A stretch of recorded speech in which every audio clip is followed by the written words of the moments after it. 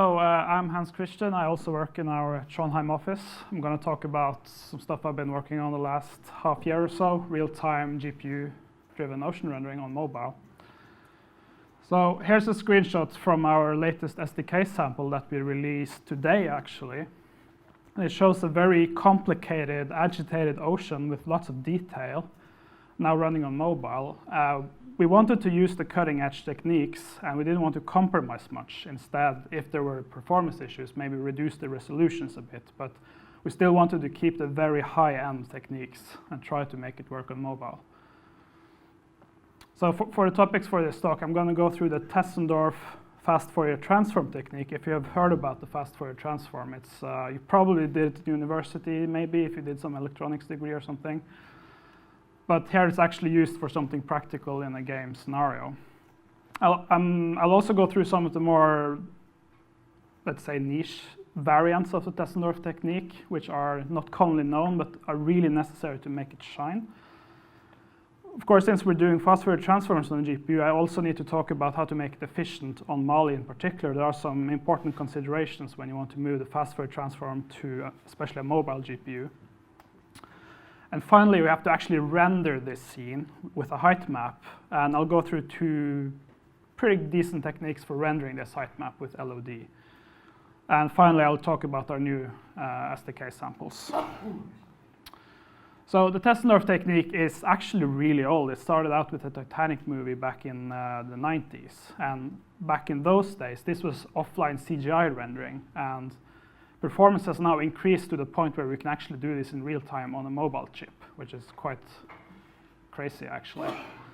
The fundamental insight with ocean rendering is that it's just the sum of waves. If you take 100,000 waves at different frequencies and superimpose them on top of each other, you have an ocean.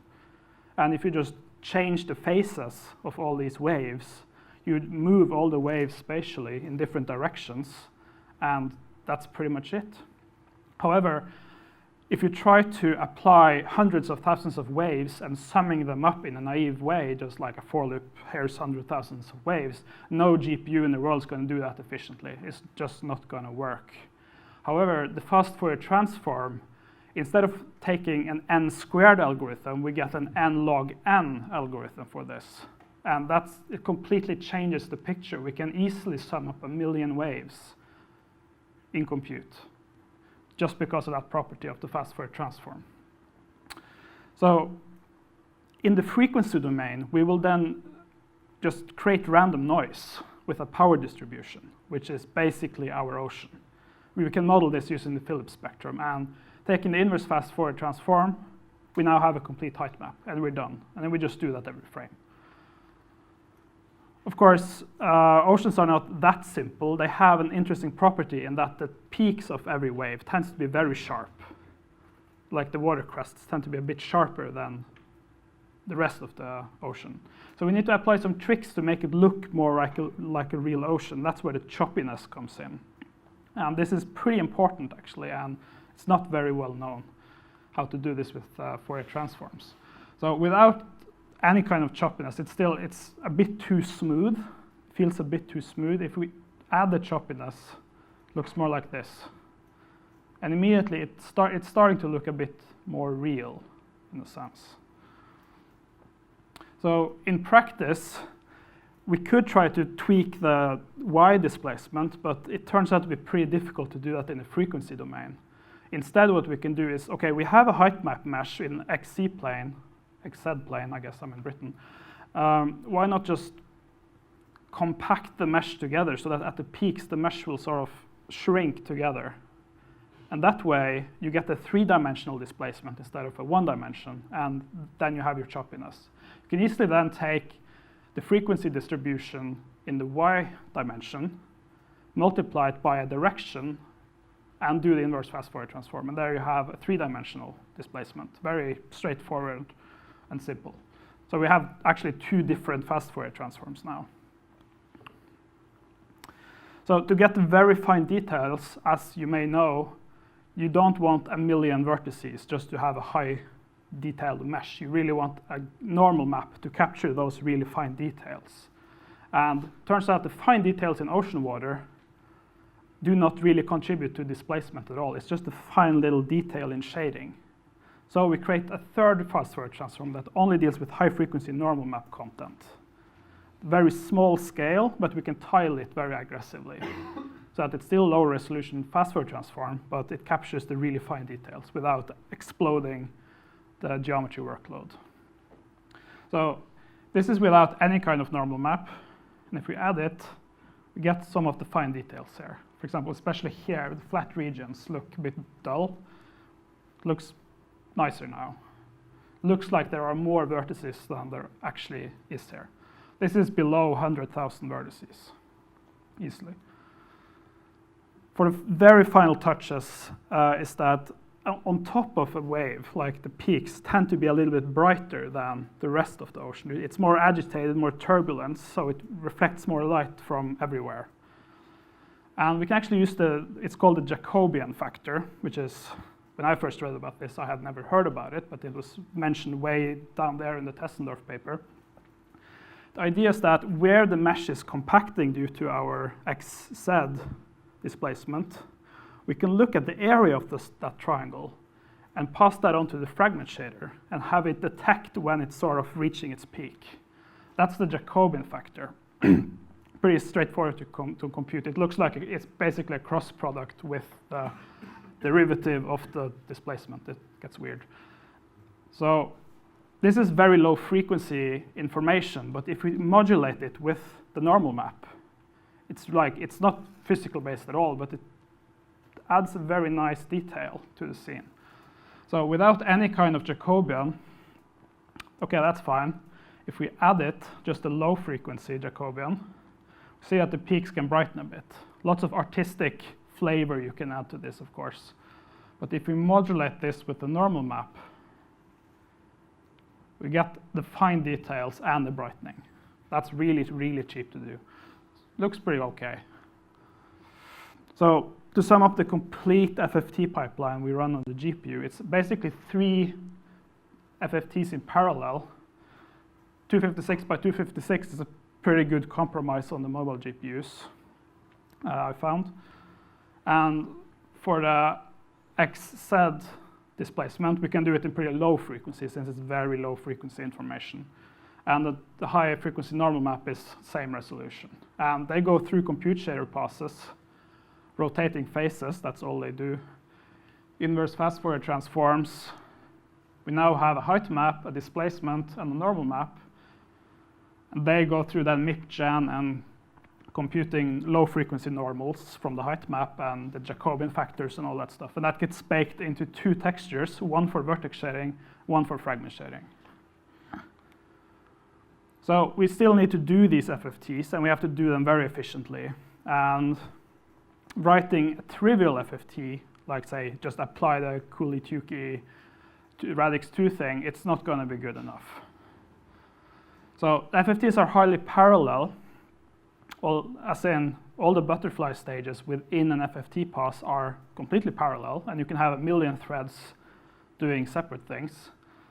However, if you try to do this with fragment shaders, you'll find it's not very efficient because these butterflies need to take inputs, compute stuff, and write it out to multiple locations. And you can't really do that in a fragment shader. Compute shaders, of course, can write anywhere. So compute shaders solve this problem. And it's way more efficient than fragment shaders. The number of passes tends to be log 2 of n divided by the radix. So if you have really complicated FFT pass, you can combine stuff and do more work per pass. And having fewer passes means that less bandwidth because there's less memory traffic going back and forth to complete the full transform. So you want to do that, but of course, if you have a really complicated transform, it means you spend more on-chip resources. And then you can run into register pressure and other things. It's not like you can have hundreds of registers keeping a huge FFT in memory. So you need to balance these things, and making the right balance is surprisingly hard if you want to target multiple different GPUs. Of course, bandwidth is a real concern for mobile, and bandwidth is also a very real concern for GPU FFTs. It's very easy to run into a problem where you're bandwidth bound and not compute bound. So that also needs to be balanced. Overall, I'd say there are 3 main bandwidth saving techniques you can use. The first one, as I mentioned, is use a large radix factor, but then again, up to a certain limit, you can do that. You can actually use FP16 half floats. For ocean rendering, this turns out to work just fine because it's so noisy anyways that you might as well just do it at FP16. And the Mali GPUs have native support for FP16 processing, like medium P in GLSL. And that way you can save 50% of the bandwidth and easily get 20–30% improved performance in compute. Also, it's possible to use shared memory with compute shaders where you can have multiple passes going to L1 caches and back again instead of all the way out to main memory and then back again. So if you start to combine all these techniques, the mobile FFTs start to get really fast. So of course, implementing this yourself takes quite a long time. I'm a signal processing, and I have a signal processing background, so I kind of do this for fun. I made a library, actually, it's on GitHub, open source MIT license. There's a link at the end of the talk you can check out. We use that in our sample code. It supports pretty much what you expect from an FFT library in that 2D transforms, it can benchmark itself to find an optimal FFT for your particular GPU. FP16 support, can do crazy things like working with RGBA data as a dual complex mode, where you can do crazy filters, for example. Performance-wise, I mean, I tried to benchmark this whole FFT pipeline on Galaxy S6, and the whole thing is just 2 milliseconds. And considering how large this ocean is and how big it's a big part of the scene, if you're going to render full ocean, it's going to be pretty much 50% of your scene. And just having that take 2 milliseconds makes it a practical algorithm. And the FFT itself is just 1 millisecond of that. The other thing is like baking stuff, updating faces, baking the MIP maps, all these things. Together, that's roughly 2 milliseconds, all in compute. Just for fun, let's say 2K by 2K FFT is completely crazy size, still 28 milliseconds. So for, let's say, offline processing with images, that's pretty snappy. A typical CPU algorithm with this, let's say a filter kernel with 200 by 200 size, you can't really do that without FFTs. So that's pretty neat. So we have an idea now of, okay, we have this FFT, we're doing it on the GPU, we still need to render it. And here's where the height map rendering comes in, because the ocean is a really, really, really large scene. And if you're trying to render everything at full quality all the way, let's say miles away, you have this tiny, tiny triangle that covers hundreds of a pixel. That's a waste of power and processing.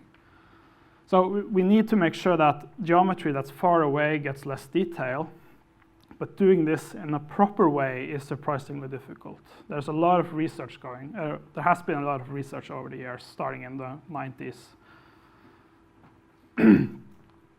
So what we really want from a good LOD system, just to make that clear, is that we need continuous LOD, in that we don't want detail to just suddenly pop in or pop out. That might be acceptable for individual meshes in a complicated scene, but for the ocean, it's a really big part of it, and it should be perfect, pretty much. You shouldn't see weird discontinuities in detail. We can't solve this properly now.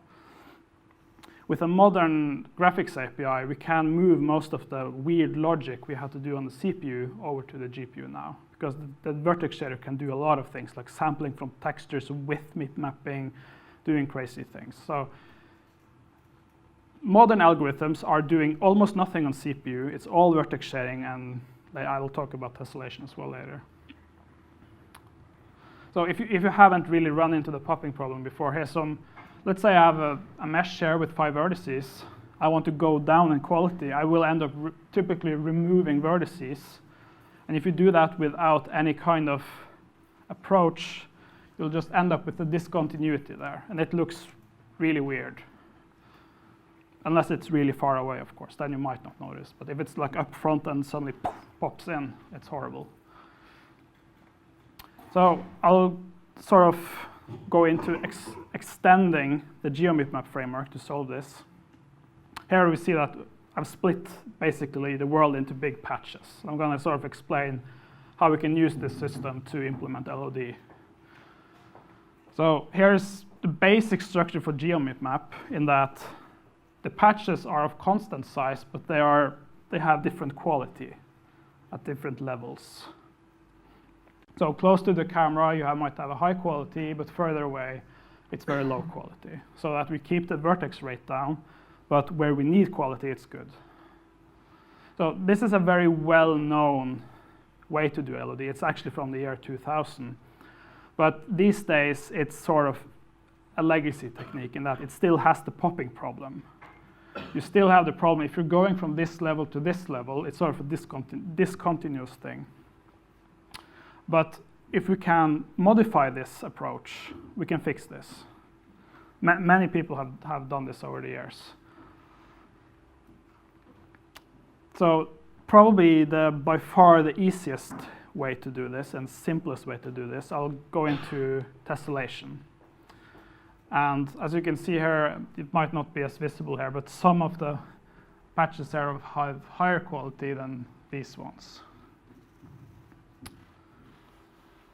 The basic idea of tessellation is that you have the concept of a patch in the API, and that patch is then subdivided on the GPU dynamically.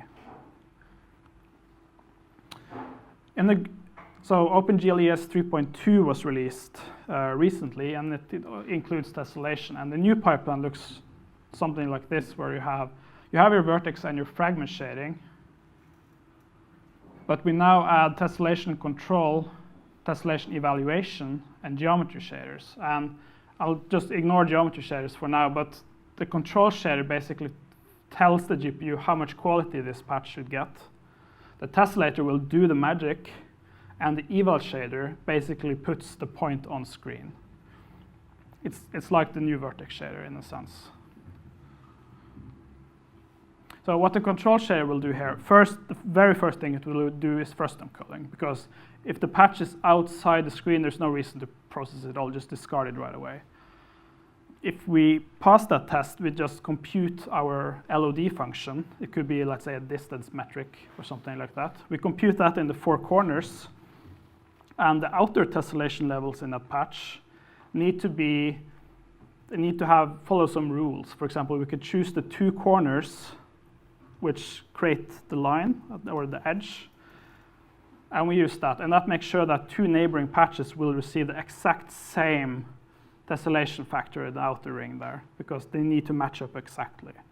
The inner levels are kind of arbitrary, but I guess you could do an average or maximum or something.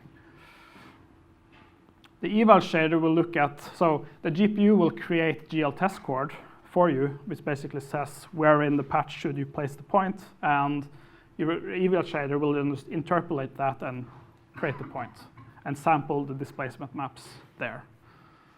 So it's very straightforward. You don't really have to think about LOD as much because it just happens automatically.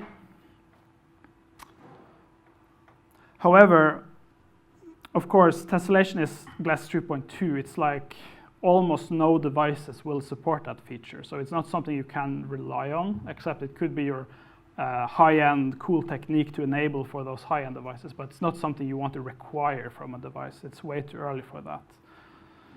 So I tried to come up with a simple alternative to tessellation that will take some of the same ideas but only implemented using GLES 3.0 instead. So this takes many ideas from different approaches, such as CDLOD, if you have heard about that technique, vertex shaded geomorphing from the early 2000s as well, and of course tessellation. And it tries to sort of morph all of these ideas into some sort of framework that mimics tessellation in some way, but only with vertex shaders. So same idea here. We have lots of patches, and they are subdivided, but as you might be able to see here, it looks like they're morphing towards each other, and that some of the vertices are really small, some of them are larger. This is pretty much the exact same thing as CD-LOD technique, where it morphs vertices towards each other. That creates the LOD. So here the area is reduced, and eventually it looks exactly like the lower quality mesh, and you can remove stuff. So the approach here is that you take your patch, you pre-tessellate it with 2, 4, 6, just power of 2, as many as you want. And if you want to have a patch with fractional LODs, you can simply take the odd vertices of that patch and morph it towards the even ones. And at full morph, it looks exactly the same as the lower one. So far, it's just like CD-LOD technique. However, this method has fixed patch sizes instead of a quad tree structure, and that has some interesting properties.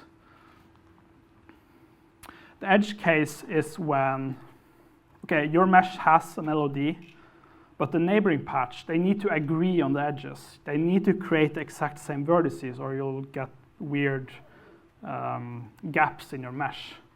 That's not a good thing. So essentially, you need to select between 5 different LODs. There are 4 on the edges and 1 in the center. And selecting one of 5 LODs seems a bit complicated to do in the shader because you want to avoid branches typically. But you can actually do that efficiently with clever dot products and MUX logic. This is branchless, at least on the Mali GPU. So you can do that and select your LOD. And once you have that LOD, you can do really weird integer logic where you snap to the lower LOD, you snap to the higher LOD, and interpolate between them. And you can, any mesh can then adapt to any LOD, which is cool. So you can have a really high quality mesh where the neighbor is a really low quality patch, and they can still adapt to each other just fine. This is still quite efficient. Integer logic is just as fast as floating point logic on the Mali 600 series and up, at least. It works like that. So, and in the end, applying everything together, you get this on a mobile device. So there is a demo running it over there. If you're interested in seeing it in motion, it looks a bit better. Today we released a new SDK for Android where you can get full source code for this sample of the OVR multi-view extension for VR, sort of an introduction to tessellation, geometry shaders, and multi-sampled frame buffers. So, yes. Any questions? Any questions at all? Oscar, you're looking at me like your hand might go up. No? Okay. No? Okay. I think you're all done, which probably means you're going to get mobbed at lunchtime. Well, do go and check out the demo. And yeah, I guess then thank you very much, Hans.